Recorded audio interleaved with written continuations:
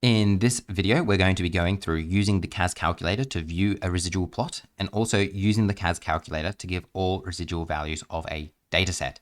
So instead of just talking through these instructions here, I think it's far better for you to see them in action. So I'm going to begin by showing you how to fulfill these instructions by going through this example here. And then we'll also come back and go through these instructions as well.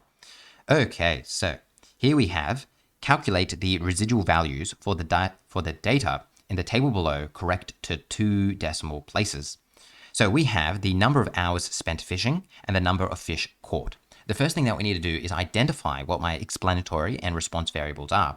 The number of hours spent fishing is going to be my explanatory variable, and the number of fish caught is going to be my response variable. So this is my x and this is my y. Once you've identified that, you're then going to come to your CAS, and in your lists and spreadsheets, you're just going to put in this data, which I've already done. You don't need to see me putting in the data there. Now, if we want to, as our first instructions say, construct a residual plot to view it, what you're going to do is you're going to go Control, Doc, and you're going to go Add Data and Statistics. Then you're going to come here and you're going to change this to your explanatory. You're going to come here and change this to your response. Then you're going to hit Menu, Analyze, Regression, and then Show Linear, A plus BX. And then we hit that. And there is our regression line. Now to see the residual plot, we're going to go Menu, Analyze, Residuals, and then Show Residual Plot. So 572. And there is our residual plot there. Now what this question is asking us to do, it's asking us to write down the residual values of each of these. And let me show you why it's a little tricky, but not impossible, to do that with your residual plot. So for the first one, we want to know the residual value when x is equal to 1. So I would come here and I would say, well, here's x is equal to 1. We come down, it's going to be right there. So as you can see, my coordinates are 1, negative 0.66. So that 1 is the original x value, and then the y coordinate there is the residual. So it's going to be negative 0.66. So I come over here, and I go negative 0.66. Now, the next residual I want is when the x is 3.9. So what that means is you just don't go to the next one. I need to find when x is 3.9, which is over here, x is 3.9, because that makes sense.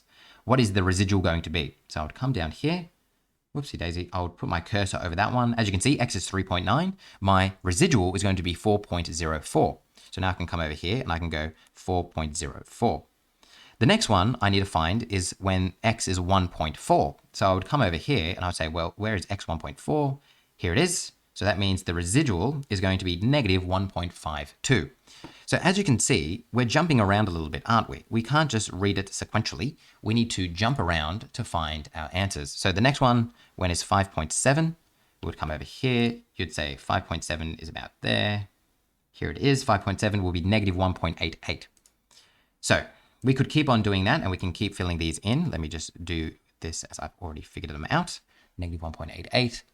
Negative 1.40, negative 2.87, 3.08, negative 0.18, 0.17, and 1.21.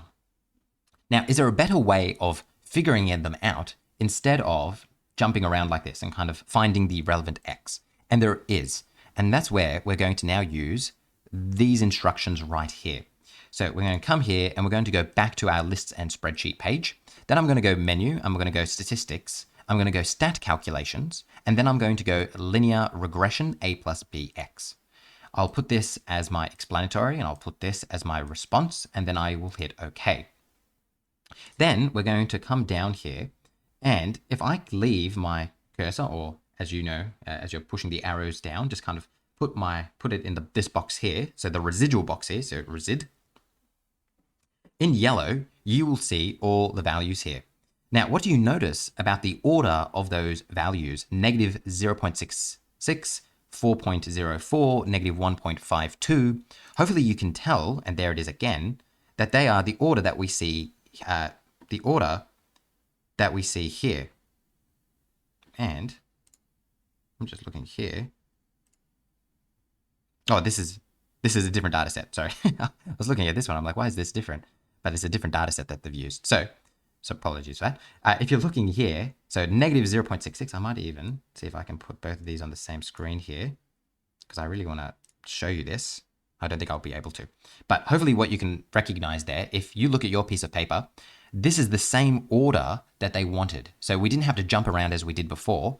You can see we've got negative 0.66, 4.04, negative 1.52, and that's exactly what we've got here. Negative 0.66, 4.04, negative 1.52, all of that is right there.